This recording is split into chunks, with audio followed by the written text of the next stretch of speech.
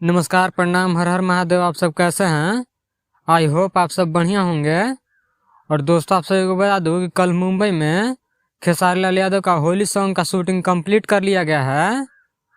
और इसकी जानकारी खेसारी लाल यादव के राइटर पवन पांडे अपने फेसबुक पेज के माध्यम से दिए हैं। और कल पवन पांडे खेसारी लाल यादव के साथ में मुंबई में थे। और बहुत जल्द आप लोगों को होली सॉन्ग सुनने के लिए मिलेगा।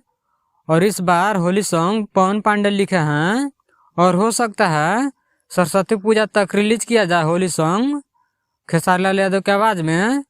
और दोस्तों, आप सभी को बता दूं कि खेसारी लाल यादव भी मुंबई में हैं। और वहीं पे खेसारी लाल यादव रिकॉर्डिंग और शूटिंग दोनों कंप्लीट किए हैं। और वहाँ पे एल्बम गाने का भी शूटिंग किए हैं, जो कि बैक टू बैक आप लोगों को सुनने के लिए मिलेगा।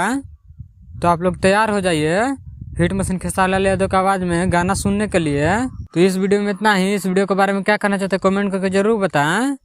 और मेरे चैनल पर नया है तो चैनल को सब्सक्राइब कर लें, ताकि ऐसे ही हिट मशीन खेसारी लाल यादव से जुड़ी सारी छोटी बड़ी खबरें सबसे पहले देखने के लिए मिले। तो मिलते हैं अगले वीडियो में, तब तक के लिए जय हिंद।